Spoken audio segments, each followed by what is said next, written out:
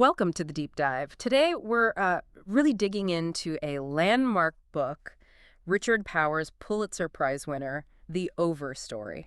It's quite something. It really is. And our goal here is to take all the great insights from the reviews and excerpts you've shared, kind of distill them down, Yeah. and give you a solid understanding of this novel. Yeah, a shortcut through the forest, so to speak. Exactly. We'll look at its really unique structure, the big themes, and why it's made such a splash, not just in literary circles, but beyond. Mhm. It genuinely seems to shift how people see the natural world and, well, us in it. Absolutely. Because the central question is fascinating. What if trees aren't just there? What if they're actually these living libraries of chemical conversation? And that idea, that's right at the core, isn't it? The source material highlights this amazing moment. Tell us about that. Okay, so there's this character, Patricia Westerford. She's a forest ecologist, kind of introverted. About a third of the way in, she just puts her hand on a Douglas fir, Okay. and she feels it. This low, subaudible thrumming. Wow. Like a vibration. Exactly. But it's not magic, you know. It's science. Yeah. It's the actual pulse of water moving up the tree, the hydraulics, Yeah. the xylem flow. Precisely.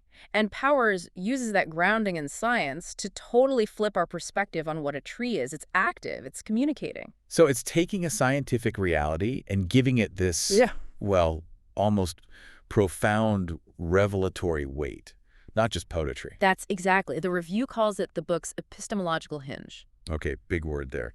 What's that mean in practice? It just means it's the pivot point, where your understanding fundamentally changes. Everything before that moment feels like setup. Prologue. Right.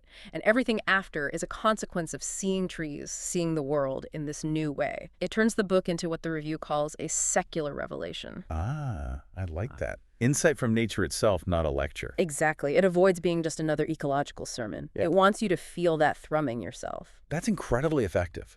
And it mirrors how the novel itself is built, doesn't it? The structure isn't just about trees. It is kind of like a tree. Oh, absolutely. The review nails that visualization. It starts broad at the base Valero's like a trunk? and then just bursts out into this canopy where all the lives connect. Yeah. It's brilliant, structurally. It really is. So that first part, roots, it introduces 9 people, seemingly separate lives. Disconnected on the surface. But each one has a tree woven into their personal story, right? Like a key memory or symbol. Yeah, it's deeply personal for each of them. Someone smuggled a chestnut sapling from China. There's a family whose whole history is tied up in maple syrup. A deaf girl who learns about plants from her father's orchard. Another character cherishes this photo of just one single oak tree. It sets the stage beautifully. The review called them miniature bonsai versions of the larger forest. That's a great description. And Powers takes his time there. The prose is so patient. Dendrochronological, the review said. Like tree rings, building slowly, layer by layer. You feel the connections forming under the surface. You really do. And that structure just reinforces the whole theme, the interconnectedness of everything. So after roots, you get trunk. Right, and this is where things start to really converge. Yeah, all those characters we got to know. They start bumping into each other, their lives intertwine, sometimes dramatically. You've got a Vietnam vet who became a logger meeting this college kid who hears data streams. That sounds wild. It is. And a coder who's paraplegic marrying an artist obsessed with trees, while a lawyer fighting for seed patents finds out his own daughter is, chaining herself to a redwood. So on the surface, it might seem like it's about eco-activism, that radical group. But you're saying the real story is deeper. Yeah. I think the source material suggests the real drama is ontological. It's about being itself. Okay, unpack that a little. Well, it asks this really tough question. How do you actually fight for beings, for trees that live on a timescale that makes human time look like a blink? Centuries versus our news cycles. Exactly. How does that challenge our ideas about what's urgent? What's effective action? What does impact even mean when you're talking hundreds, thousands of years? That definitely forces you to rethink things. And achieving that feeling, that perspective shift, must rely heavily on the language Powers uses. Yeah. How does his writing style pull that off? Oh, the prose is incredible. The review calls his sentences photosynthetic, which is just perfect. They're long, winding, they draw you in. Like exploring a forest path. Kind of, yeah. He'll spend ages, like half a page maybe, just describing sunlight through leaves, making you feel it. And then bang. Then the chainsaws come. Exactly. That hammer blow clause, as the review puts it. Stark. Hmm. Brutal. So it's not just pretty writing, it's functional. Totally. It's ecological realism, Yeah. the beauty and the vulnerability, they're absolutely inseparable. And he pulls in language from all over, right? Botany, tech. Botany, computer science, even Buddhist ideas, but it never feels clunky or forced. It just works. He's trying to build that bridge between our world and the trees world through language itself. Any standout examples? Oh yeah, describing roots as a slow-motion internet of lignin and longing. Wow. Or a clear-cut hillside is a mouth where a face should be. Oof. Yeah, that hits hard. Right. The review even joked that if Annie Dillard and Don DeLillo teamed up to rewrite Genesis, it might sound like this. High praise. It's a style that's really designed to rewire your perception, make you feel that connection. A mouth where a face should be, that image is just... Yeah. Yeah. It stays with you. Yeah. Which makes the characters even more important. 9 main characters is a lot, though. How does he keep them from feeling thin or spread out? That's a really good question. And the review makes a point of saying he pulls it off through granular specificity. Meaning deep detail. Exactly. Each one feels completely real, fleshed out, like they have their own internal tree rings, their past, their motivations. And when they do finally come together, it doesn't feel random at all. It feels inevitable. Can you remind us of a couple of them, just to get a sense? Sure. There's Nilay Mehta. He's a brilliant coder, uses a wheelchair after falling from a tree as a kid. And now he builds these incredibly complex virtual forests, digital worlds. Wow, creating the world he can't physically enter in the same way. Kind of, yeah. Then there's Mimi Ma.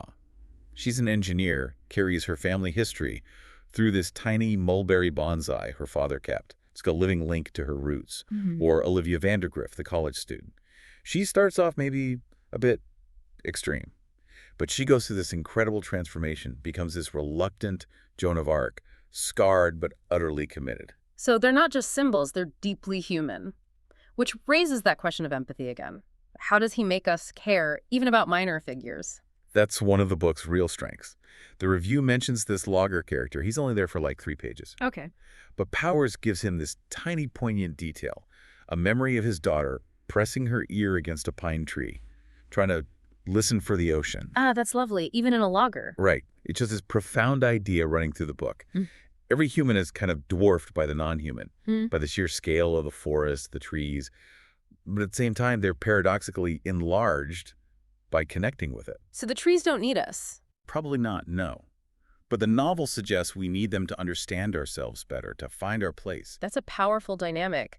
So the book isn't just telling stories, it's actively trying to expand our empathy. Okay, let's unpack the big ideas a bit more. The review talked about thinking like a watershed, not a wallet. What's that getting at? It's about that fundamental shift in perspective, right? Moving away from just seeing nature as a resource to be exploited, the wallet view, towards understanding it as a complex, interconnected system that sustains everything, the watershed view, long-term health versus short-term profit. And the trees embody that long-term view. Absolutely. Their lifespan, that temporal patience, makes our human dramas, our urgency seem, well, adolescent is the word the review used. Oh, yeah, I can see that. Think about it. A protest that feels huge to us makes headlines. From a tree's perspective, over 500 years, it's just a tiny blip. It forces you to reconsider what impact really means. It really does humble our sense of time. But connecting this to the bigger picture, the book isn't anti-human, right? Despite this focus on nature's scale. No, not at all. Yeah. If anything, it's deeply pro-symbiosis. Okay. Patricia Westerford's research in the novel, the stuff about mycorrhizal networks. The Wood Wide Web? Exactly, the Wood Wide Web. That's real science, and in the book it becomes this powerful metaphor. It shows how life really only works through connection, through conversation between species, mutual support. So the ethical question isn't, should we act on environmental issues, but how do we act? How do we intervene without just imposing our own noisy, short-term priorities and silencing those older voices? That's a really tricky balance to strike. It is. It challenges us to find our place within that bigger system that operates on such a different rhythm. Okay, so it's asking profound questions. But let's be balanced. No book is perfect. The review did mention a few potential drawbacks, right? It's a long book, over 500 pages. Yeah, it is. And the review fairly notes that sometimes it can feel like it sags under its own foliage. Nice phrasing. Easy to get lost in there, I guess. It is. And some readers apparently find the bits that feel more like direct explanation. The eco lecture is a little heavy-handed. Okay. Or they feel the ending, which jumps forward in time quite a bit, loses some of that close-up intimacy you get earlier on. Mm-hmm. I can see that. And maybe the trees themselves are portrayed as a little too perfect. That's the hagiography point the review raises. Like, are they almost too wise, too patient, maybe lacking a bit of nature's, well, indifference or even harshness? A fair point to consider. Yeah, they're valid quibbles. Yeah. But what's fascinating is how, despite these points, the overall feeling seems to be that the book's impact is just huge. Right. The reviewer sums it up nicely. Powers makes this wager that if you spend enough time inside the perspective of a redwood, you'll come out changed. And the bet pays off. Seems like it. Most do, the review says. So yeah, minor criticisms exist, but the transformative power seems to win out for most readers. Okay. Shifting gears a bit. This really caught my eye. The novel's actual impact in the real world, it's gone way beyond just being a book people read. It really has. It's quite incredible. It's become this touchstone, For climate activists, sure, but also for people like urban planners thinking about green spaces. Yeah. Even tech engineers in Silicon Valley working on empathy and AI. Seriously, Yeah. AI empathy. Apparently so. And more concretely, it's inspired things like actual protest tree sits, forest kindergartens where kids learn outdoors, and, get this, at least one city actually gave legal personhood rights to a river, partly inspired by the book's ideas. Wow. From fiction to law. That's, isn't it? It shows that shift from just ideas on a page to influencing policy and action.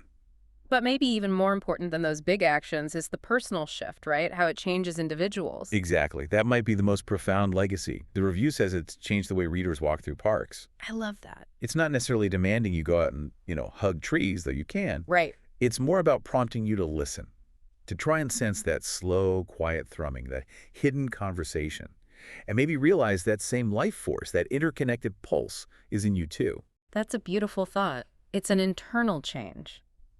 A shift in how you experience the everyday world. So, wrapping this up, what does this all mean for us? The review had that really striking line. The Overstory is not a book you finish. It is a book that finishes you. That sounds intense. It is intense, but in a good way, I think. It leaves you feeling porous, slightly wind-shaken, Yeah. more aware that every breath connects you to this huge, ancient, photosynthetic ledger, older than any country or company. The reviewer calls it a hymnal, whose message is clear. Life is a conversation. And maybe we're arriving a bit late to the party. Late to the gathering. That's powerful. So connecting this to the bigger picture one last time, the ultimate question isn't just, can we join the conversation? No, it's more urgent than that. The question lingering after you read it is whether we can learn to speak in the slow chemical tongue of trees before the last canopy falls. It's not just literary, right? It's a direct challenge. Can we learn to listen differently? Can we rethink our pace, our priorities? Can we truly grasp how connected we are before it's too late? A vital question for our times. Thank you for guiding us through that intricate world. My pleasure. It's a book that really stays with you. It certainly sounds like it. Well, thanks everyone for joining us on this deep dive. Hopefully it gives you a new lens for looking at the world outside your window.